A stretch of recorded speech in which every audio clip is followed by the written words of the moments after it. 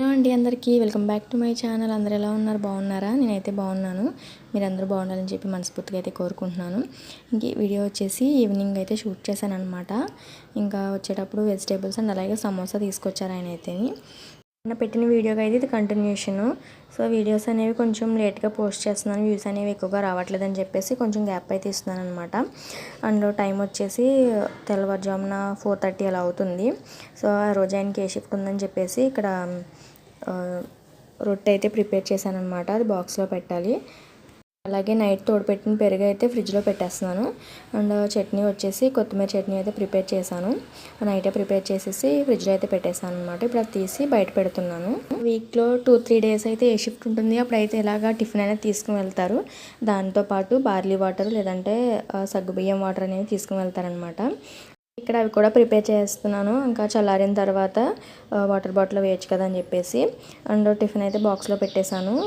ఇంకా ఆ 3 బ్యాగ్లో పెట్టేస్తే ఆయనకైతే టిఫిన్ బాక్స్ అనేది రెడీ అయిపోతుంది. ఇది కొన్ని టైం చూసారు కదా, 4:41 అయితే అయ్యింది. ఇంకా ఆయనకి టిఫిన్ బాక్స్ అనేది ప్రిపేర్ చేసిన తర్వాత నేనైతే పడుకుంటాను.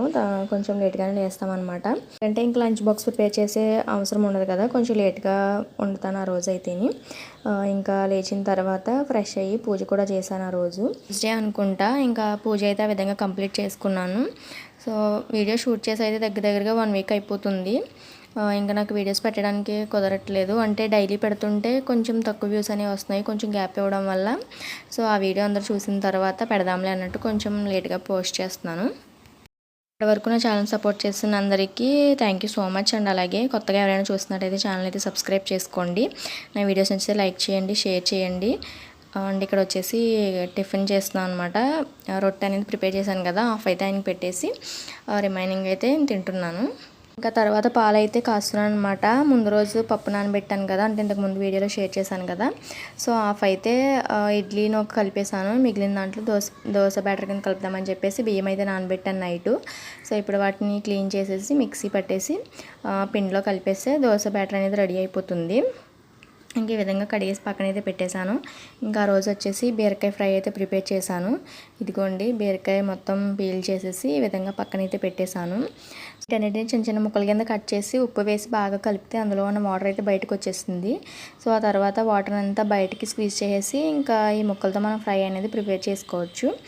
సో ఇంక ఇలాగా పీల్ చేసి అయితే పక్కన పెట్టేశాను. అండ్ ఒకవైపు అయితే కడిగి పెట్టేశాను. అండ్ ఇంకో వైపు వచ్చేసి టీ అయితే పెట్టుకుంటున్నాను అనమాట. ఇంక ఇదిగోండి రైస్ అండ్ అలాగే టీ అయితే పెట్టేశాను. తర్వాత అయితే బీరకాయ ముక్కలన్నీ చిన్న చిన్నగా కట్ చేసేసి ఒక గిన్నెలో అయితే వేసుకుని అందులో ఉప్పేసి ఈ విధంగా అయితే వాటర్ అనేది పిండేస్తున్నాను మొత్తం అంతా. బీరకాయలో కొంచెం ఎక్కువగా వాటర్ అనేది ఉంటుంది కదా, ఇలా చేయడం వల్ల వాటర్ అంతా బయటకు వచ్చేస్తుంది. మనం ఫ్రై చేసుకున్నప్పుడు ఈజీగా ఉంటుందన్నమాట. కర్రీకి అయితే ఇలా వేసేసుకోవచ్చు. సో అప్పుడు కొంచెం వాటర్ తక్కువ యాడ్ చేసుకోవాలి కర్రీకి అయితే. ఫ్రై పెట్టుకున్నప్పుడు మాత్రం ఈ విధంగా చేసుకుంటే అందులో ఉన్న వాటర్ అంతా బయటకైతే వచ్చేస్తుంది.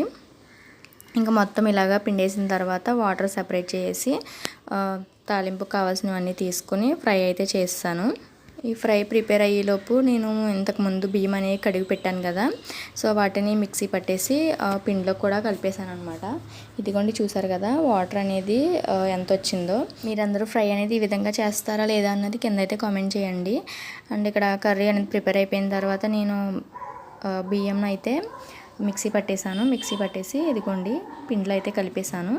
రీసెంట్గా నా మైక్ అయితే పోయింది, అందుకని చెప్పేసి నార్మల్గా వాయిస్ ఓవర్ ఇచ్చేస్తున్నాను. దానివల్ల నాయిస్ అనేది కొంచెం ఎక్కువగా వినపడుతుంది, కొంచెం ఇగ్నోర్ చేసేయండి. ఇక్కడ పిండి కలపడం కంప్లీట్ అయిపోయిన తర్వాత అక్కడితో నా పనులన్నీ అయిపోయినాయి. ఆ తర్వాత మధ్యాహ్నం నుంచి అయితే బయటకు వెళ్ళామన్నమాట. మధ్యాహ్నం అంటే 11:30 ఆ టైంకి ఇంటికైతే వెళ్ళాము. సో ఇంకా అత్తయ్య గారు కొన్ని ఐటమ్స్ తీసుకున్నారు, ఇంక ఇంటికైతే వచ్చేసాం. ఇంకా అక్కడితో ఆ రోజు వీడియో అయితే ఎండ్ చేశాను. ఇంకా నెక్స్ట్ డే వచ్చేసి హన్విత అయితే అమ్మ వాళ్ళ ఇంటికి వెళ్ళింది. సో అప్పుడే 10 days అయిందనమాట వెళ్ళి. ఇంకా ఆ రోజు చెల్లి తీసుకుని వచ్చింది. ఇంకొచ్చి రాగానే ఇక్కడ నీకు చూపిస్తానమ్మా అంటూ ఇది బాటిల్ చూపిస్తుంది అనమాట. ముందు రోజు నాన్న తీసుకొచ్చారంట, ఇంకా అది తెచ్చేసుకుంది, చూపిస్తుంది నాకు ఇది తీసుకొచ్చారు తాతయ్య అని చెప్పి. ఇంకా తర్వాత అన్నీ చూసుకుంటుంది ఇంట్లోని ఏంటేంటి కొత్తగా కనబడుతున్నాయి అని చెప్పేసి. గ్లాస్లో వేసేమంది కదా అని చెప్పేసి వేసి ఇచ్చేసాను.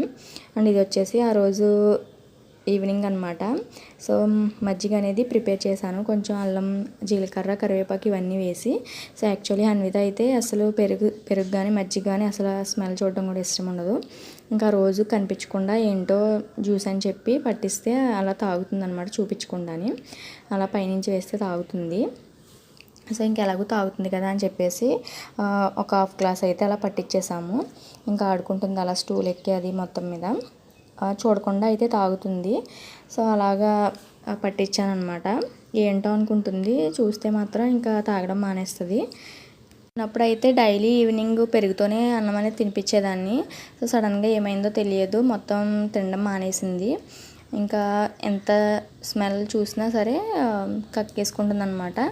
ఇంకా అందుకని చెప్పేసి చూపించకుండా పెడదాం కదా అని చెప్పి ట్రై చేశాను. సో అందులో జీలకర్ర ఇవన్నీ మిక్స్ చేయడం వల్ల అనుకుంటా కొంచెం బాగానే తాగింది. ఇంక ఈసారి నుంచి అలా అప్పుడప్పుడు చేద్దాం కదా అని చెప్పేసి అనుకున్నాను అనమాట. ఏదో విధంగా మోసం చేసైనా సరే కొంచెం పెరుగు అనేది అలవాటు చేయాలి.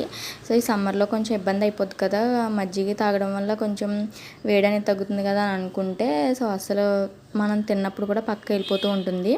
ఇక్కడ నుంచి అయితే ఈ విధంగా ట్రై చేసి ఏదోలా అలవాటు చేద్దామని అనుకుంటున్నాను. ఈ వీడియో మీకు ఎలా అనిపించింది ఏంటి అనేది కింద అయితే కామెంట్ చేయండి.